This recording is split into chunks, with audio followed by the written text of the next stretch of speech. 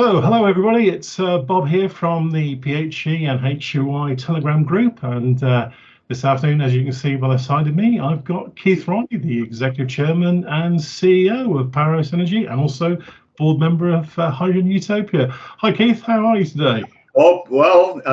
Yes, I'm fine. You can probably see from the background here, still inundated with snow.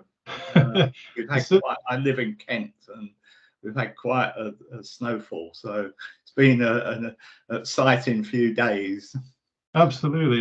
Well, it's a good excuse to work from home, if nothing else, Keith. Well, yeah, it certainly does that for us. So, Keith, as you know, I've been taking a lot of questions from the folks within the Telegram group. Try to group them into topics because I think obviously it'll just be boring for everybody if we just read out question after question. So I'm just going to go for some themes, and hopefully you can give some comment and let us know how you feel. The first area that we're going to tackle, if it's okay with you, is actually the PHE management and company development. Obviously, Paul Drenderos recently left. Have you got any updates as to what's going on with the search for a new CEO? But more importantly, Keith, we're all wondering, where do you see your personal future at PHE? Yeah, right. Do you feel part of the game-changing sort of network here? Well, I think we are on a game-changing thing, although probably not in the way that you sort of alluded to there.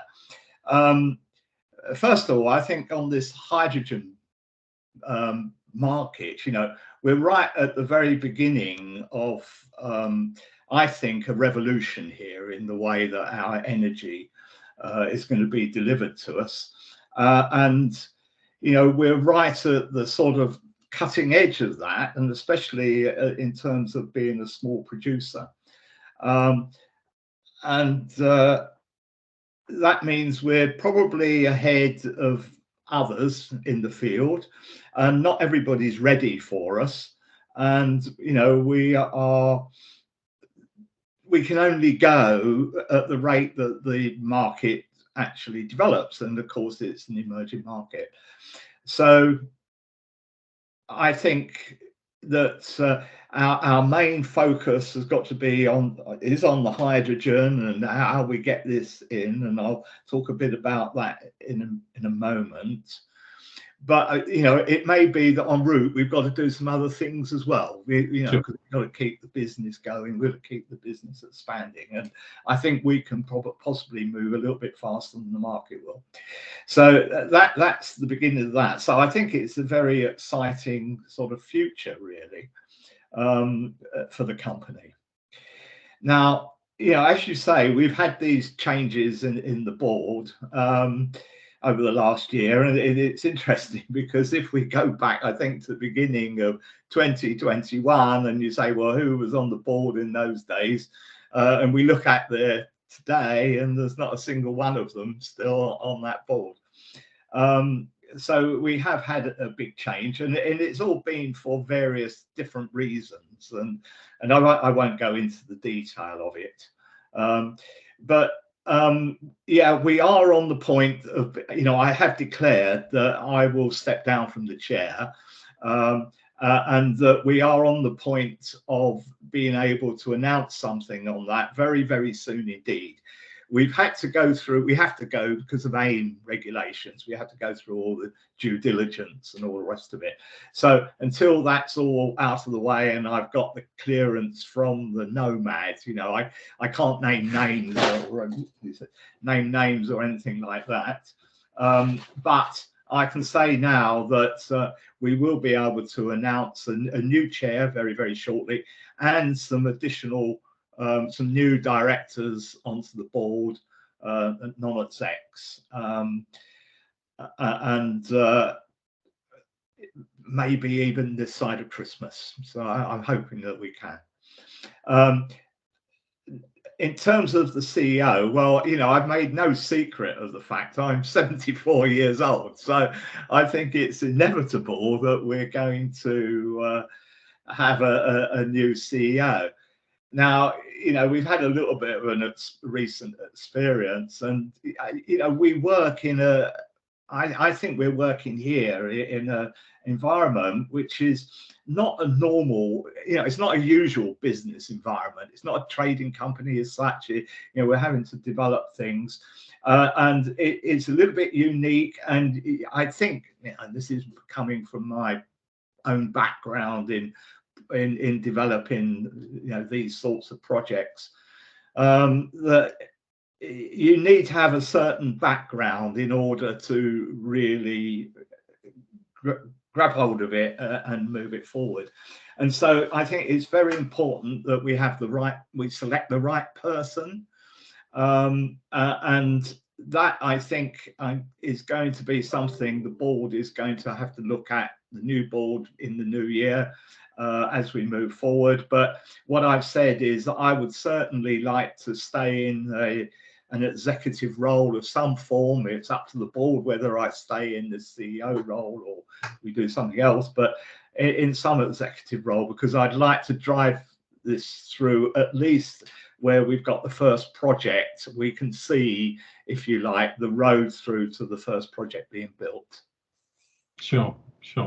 Thanks, Keith. So there's a little bit of confusion with the folk, because obviously we've been analysing the news that's coming out of Powerhouse, and obviously you've got in the project development, you've got Peel and also joint venture with Huey. What is the focus for PHE at the moment, Keith, in your opinion? The real focus is to get the first project built, wherever that may be, right? Yeah, sure. And I have to say, building that and getting that technology there is a means to an end. Ultimately, what we want to be is an operating company that's selling the products of what our facilities produce. But in order to get to that point, we have to build that first facility and get that up and running, and that's really the focus. Now, it can be here or it could be there. Now, the whole focus has been on Protos, and the Powerhouse business model, and this is something I have said in the public domain, was about licensing the technology. Well, that's all well and good. It's a very safe place. You sit back and say, I'm going to sell somebody a license and they're going to pay me for this technology. But there's a couple of things. First of all, you're not really at the party. You're standing there on the edge, and it's up to whoever's developing the project to do what they want to do, because it's their project. And the pace of development is entirely theirs. We have no say in any of it. So my view of that was, this is very important, at least at the beginning of the evolution of Powerhouse. And we really needed to grab our destiny and be able to have some control over it. And to me, the way to do that was to say, right, we will take an interest in these project companies, these SPVs, and do that. And instead of charging a license fee, we'll take dividends out of that. And indeed, we keep the capital value of the project as well, or our share of that capital value of the project. So I think that is a better way of going. We're at the table, we can participate. Peel have agreed to that. I was very hopeful we could get the whole thing out of the way, but it hasn't gone quite at the same rate of knots that I was hoping. But we're very, very close. The lawyers are involved, and I think we should be, hopefully in the new year, we would have got all the paperwork out of the way. So, and with HY, I mean, what we're doing is essentially a similar role. So, and then once we make that take that shareholding in the project.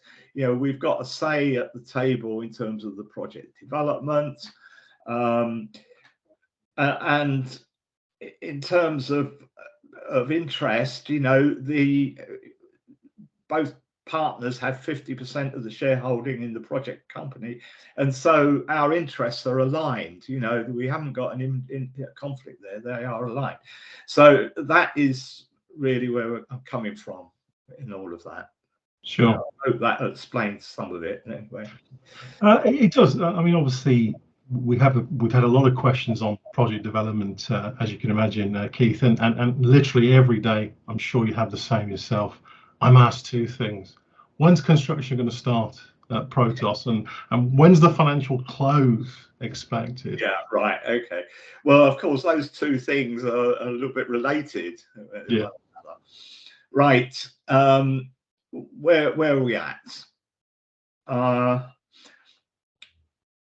We'd already announced that we've identified 2 potential construction companies. I won't go into the whole background, but when I first got first of all involved in the Protos project, and then after that I joined Powerhouse board. That was some time after, actually, but it was quite clear to me that things were not quite in the right direction to get this done.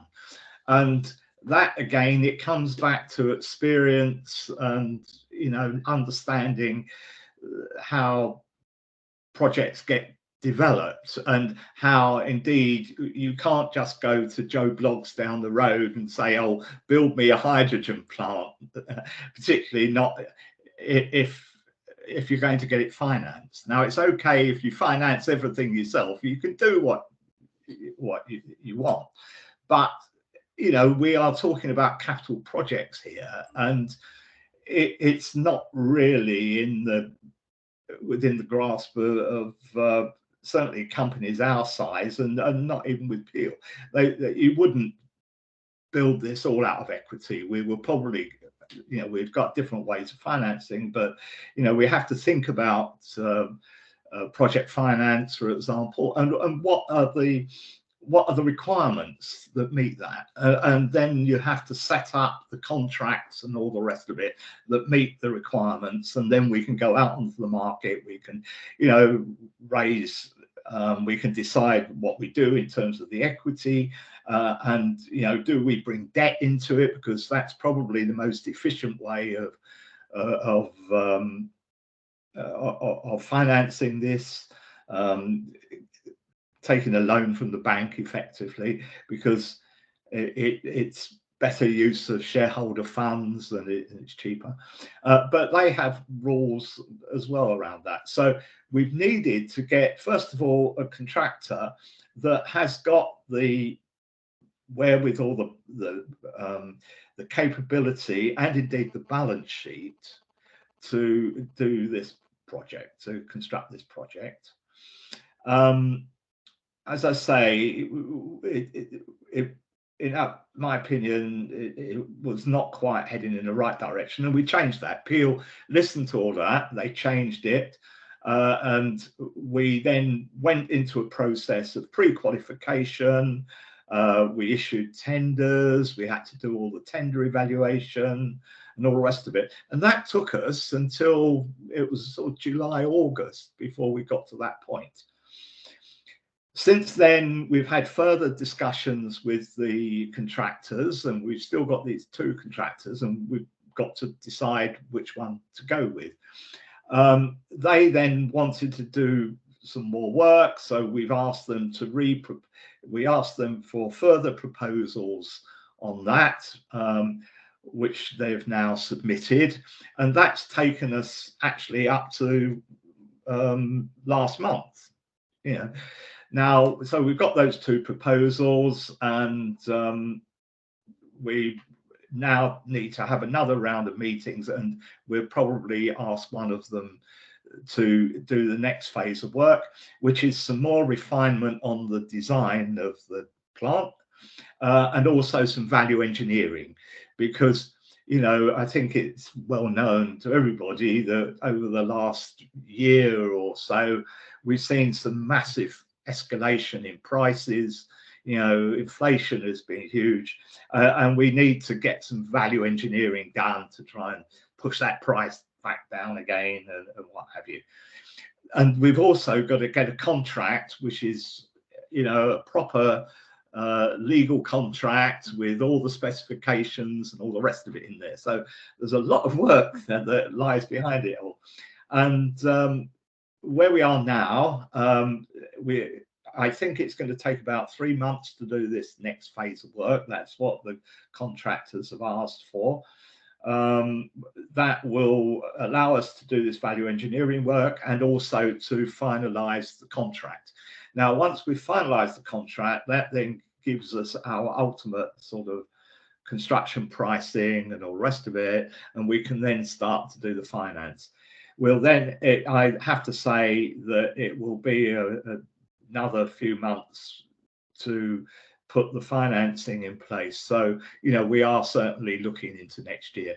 It's impossible for me to say, and I don't want to say we'll do it by such and such a date, because as you've seen from the past, you know, it's very easy to get it wrong.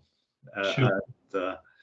But that's the road we're on. We've got a very clear program of that, and we'll get that done as quickly as we can. But we've got to do it properly, and that's the key thing. And it is a complicated business. I can completely get there. Complicated business is the order of the day. Just to sort of look at them. So we've got Peel. Obviously, we've got things coming up with Huey as well.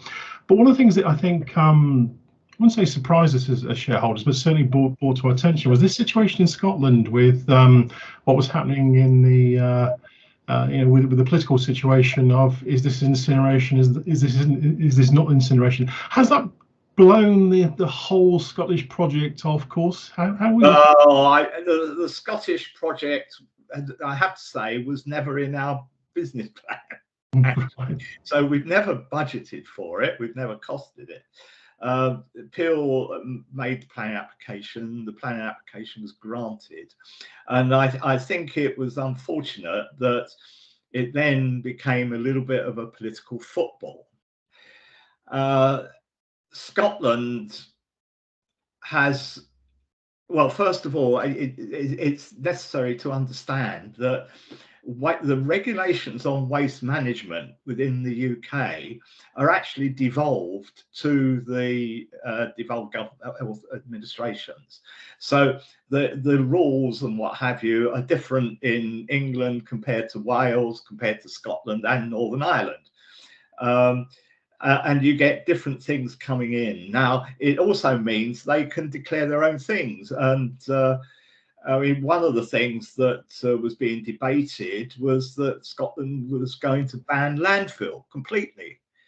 And then people sort of wake up to the fact, well, if they ban landfill, what's going to happen is there's going to be this huge sort of rush across the border into England to landfill it there. So, you know, that I'm afraid to say Scottish government have had some very well-meaning ambitions, but they're not necessarily thought through in the practical sense. And they've also got regulations on what we call deposit return scheme on plastic bottles and things like this. So and Zero Waste Scotland sort of pushes this forward, and in England we don't have an equivalent of Zero Waste Scotland. One of the policies that got pushed forward was a moratorium on incineration. Now, this is the next thing that you have to understand about waste regulation, that whether you're using if you're burning something, say, or whether you're using pyrolysis like we are, where we don't burn anything, you know, we're actually effectively breaking the molecular structure of, in this case, the plastic down. the fact it's A, a waste, and B, we are using thermal treatments, we are using heat to deal with it. Under EU legislation, and the country is still, believe it or not, under EU legislation in terms of environmental law, it's classed as incineration. So they have a moratorium on incineration. We've got this process. They put 2 and 2 together, probably make 5 of it, but oh, it's an incinerator, therefore call it in. We need to challenge this planning permission. So the whole thing will come down. They've appointed now a recorder, I think it's called, or it might be, yeah, anyway, it's the equivalent of a planning inspector to hear the thing. And I don't know what Peel are going to do.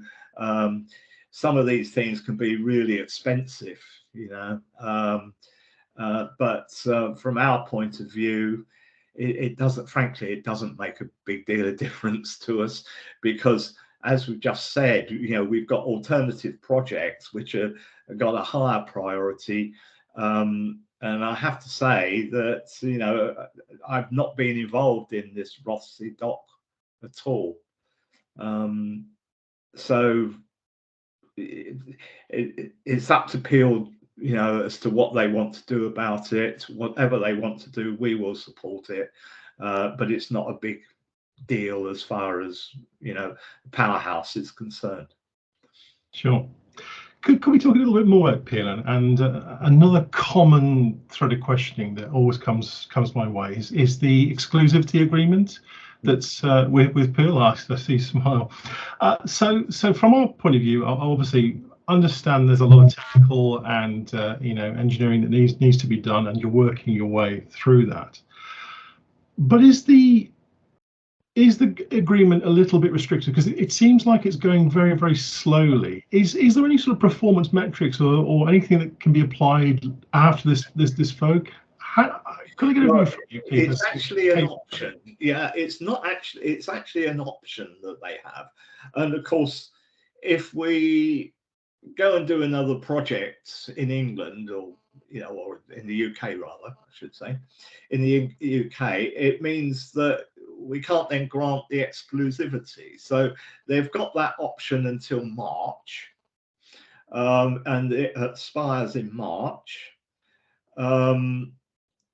We've honoured it, and that's one of the reasons why, you know, we've gone ahead with on the HUI projects. Because they are not in the UK. Powerhouse, we don't really have the capacity to go marketing around Europe. HUI have set themselves up to do that, and so we've brought those two things together. So I think it just depends on, well, it's up to Peel whether they take the option or not. It predates me, so I can't say what the original thinking was, but it's there, and it's something was sort of inherited, and it's up to Peel whether they take that option. But no, we can't. Well, you see, I think the thing is, if we go into these joint ventures, we by virtue of the fact we have the shareholding in the project company, then, you know, we have much more of a grip on what the progress is and what the timetable is, etc., etc. Whereas I think otherwise we wouldn't even, yeah, even if you know, we wanted to. Well, we could break the exclusivity agreement, but I mean, we wouldn't want to do that at this point in time. And what's more, we can only do so many projects at a time. So, yeah, we've got our hands full, I think. Now. That's fair enough. That's fair enough. So bearing that in mind, then, where do you see Powerhouse Energy in, let's say, 6 months, 1 year, 2 years? Do you have sort of a vision, Keith, as to what you think the company will ultimately start to evolve into? Yeah, I think it will. I'd like to see it as being a major provider, particularly on the hydrogen front. There's plastic for hydrogen, but also using other feedstocks besides plastic, because it's not the only feedstock that we can use. Being a provider of energy in the form of hydrogen, of electricity and heat, which is another massive hole in the UK market, really. Distributed heat is something that didn't catch on in this country, but is now recognized that if we are going to meet net zero, it's something we've got to have. You go onto the continent and you see a lot of it. You don't see it here. So and so my vision is that I see us as an operating company, really, and as I said, the facilities are a means to the end. We are selling the products of what those facilities deliver. That's where I see it, and I am sure that, well, in 6 months, I think we'll still be very much in the development phase. Hopefully, we're starting to see the beginning of the first facility being built. In a year, hopefully, we've got 2 of them underway. We've identified them, and we may even have some energy projects in between, because the interesting thing about the Powerhouse technology is that we can actually use it in a pure generation mode. So we can generate electricity with it as well, if that's what we want to do. So it's quite possible that we could develop an energy project, and then if the economics work for it, we could convert that to a hydrogen production facility later. But the interesting thing here is the fact that what we're doing is building facilities that work at a sort of community level. So we're not building a large central power station or anything like that. And it's that interests me particularly, because it means in areas where we've got low population densities, where we've got islands, island communities, and in terms of the hydrogen, it means we can locate close to the user, because one of the major costs in the cost of hydrogen is its distribution, transporting it and distributing it. So we can be very effective in those markets, but as an operator, and that's where I see the emphasis has got to come eventually, but we have to get this thing built first, Sure. Another exciting one that the investors really caught the imagination is this announcement by Manchester University that they're working in lockstep with you. Yeah. Do you have any more details on that, Keith? It sounds very exciting. Yeah, I've been very keen on using sort of computer-based analytical methods, right? And it all goes back into my background years ago as an engineer, young engineer, and all that, when computers used to fill a house, to do what your laptop could do today. But obviously the technologies have gone on, and the software, you can do incredible things. And so I was very keen that we should be doing that. And when I first got involved, it hadn't actually been done. They'd used more traditional ways of designing the kiln and things like that. So anyway, got the team to start looking at what we call computerized fluid dynamics. And what this does, it's a software package, really, and it can simulate the fluids. And fluids are quite, they can be very difficult things. And when you scale up things, you've got to be very careful when you're dealing with fluids. Now, when this plastic melts, you know, and it becomes either molten plastic or a gas, and it goes through phase changes because it changes from the solid to the liquid to the gas and all that. It becomes fluid, and it takes on different properties from when it was a solid. And you know, we were very, I felt we needed to look at that. We needed to look at the phase changes and understand a lot more. It also does something else for us, because it means we can simulate what's going on inside that kiln and play around and optimize the design of that kiln without actually having to build one. Right, so you don't, you know, you obviously we will test it out, and we've got our test facility, and we've got our new test facility on its way as well. You know, this innovation center that we want to set up, but using this computational fluid dynamics means we can do that on a computer and get very reliable results. So they looked around, and Manchester were obviously had the competence to do it, Manchester University, and we set them a task of doing it, which they did the initial analysis, and then that led on, and we did more, and we've done more, and there's some more work happening at the moment, actually, where what we're trying to do is to optimize the kiln's performance and things like this.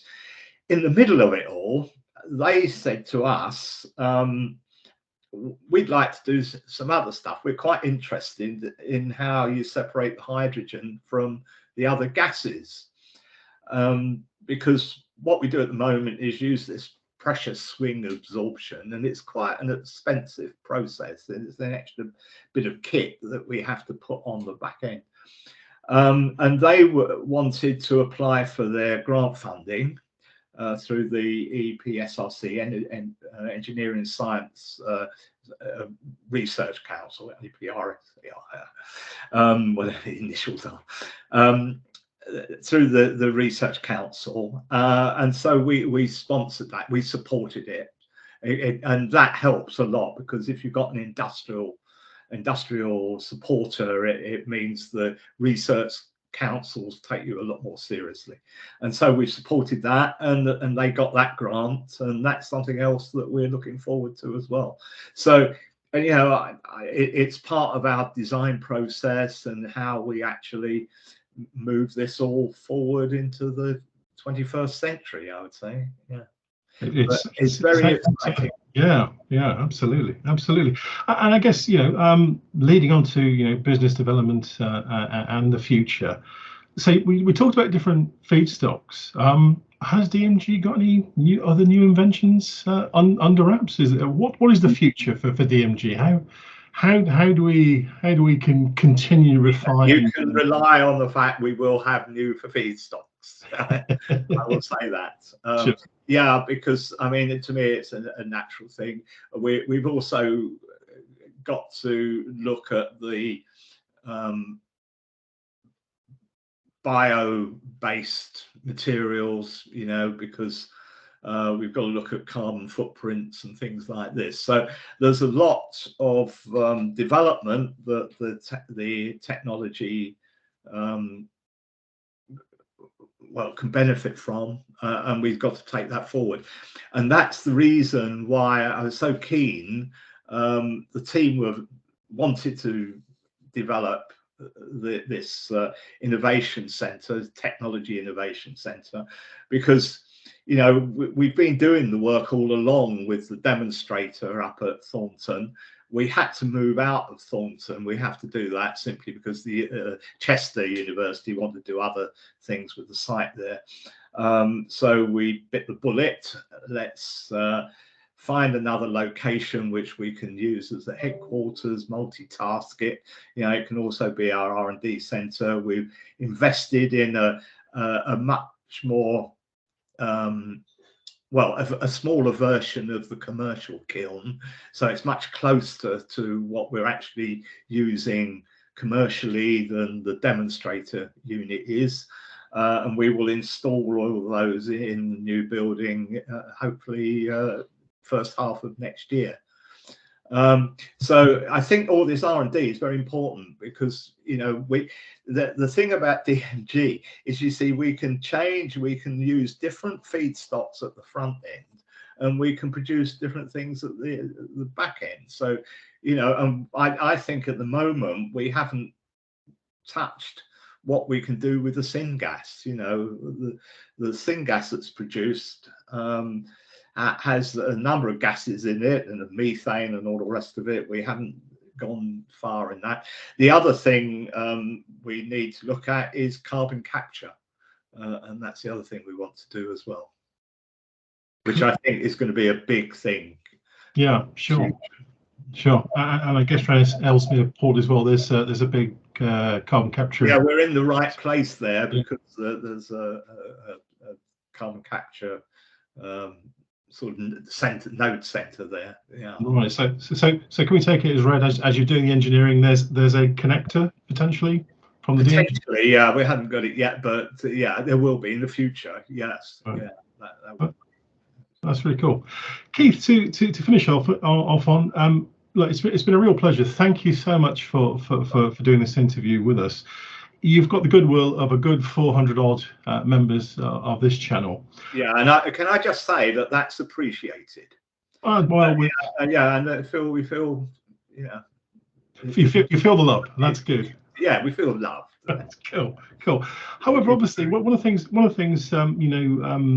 and I appreciate you're very busy. One of the things being an investor is this constant thirst for communication, wanting to know every nuance and detail. But is there a plan to enhance the digital and social marketing side of PHG at all? It's just I think we all kind of get frustrated that individually we go off, we tell our families, and our families haven't got the first clue what we're talking about, and we're sort of it's almost like we're acolytes. We're kind of like we're really into what this technology can provide. We just so love the wider population to start learning. Is there any plans as you get to the folk to? Yeah, well, I think when I sort of came in, I felt very much that the company hadn't communicated it enough, and not just through digital things. I mean, it's on all media. So I stepped that up, and one of the reasons we're having this conversation today is, of course, part of that. I think the other thing we've got to recognise, and despite my age, that the modern means of communication is through these digital media. I can't even say it, digital media, and so yes, we have. So I'm looking to have a lot more on things like LinkedIn and and yourselves and what have you. The other thing that we're looking towards is actually producing some, what I'd say, content that's not just related to a particular project or Protos or something, and so that Powerhouse can have a view on certain things, on the technical developments, on why is the government so fixed on sustainable aircraft fuel as a liquid fuel when Airbus is producing a hydrogen aircraft. So this sort of thing, we ought to have something to say about that, and try to influence policy. And I think I mentioned that once before, and people go, "Oh, well, what are they talking about?" Talking to government. But actually, it's quite important, because government, in my experience, has a habit of picking the losers. Sure. And we've got to try and stop that, because if they pick something which disadvantages us, we could be pushed out, and they pick their loser that goes along and then eventually fails, but meanwhile they've knocked us out. So I think keeping a level of public affairs is quite important. communicating at all levels to the shareholders. So, you know, at the very most simplistic level, where, you know, dealing with things in sort of the generality, and also in the more technical level where we go into the real geeky stuff, because, you know, that is, it's actually fascinating. Yeah, it's great being a geek, I think. I've been one all my life. Well, I'll have to agree with you there, but I think my wife may. Yeah, well, mine too. She says the same thing. Keith, it's been lovely to chat, and thank you so much for your time. I think it just leaves me to say I'd like to wish you and the Powerhouse team a very happy Christmas, and we all look forward to 2023. Well, can I reciprocate that to you and your members of the Telegraph Group? Thank you so much. Appreciate it, Keith. Thank you. Cheers for now. Cheers. Bye.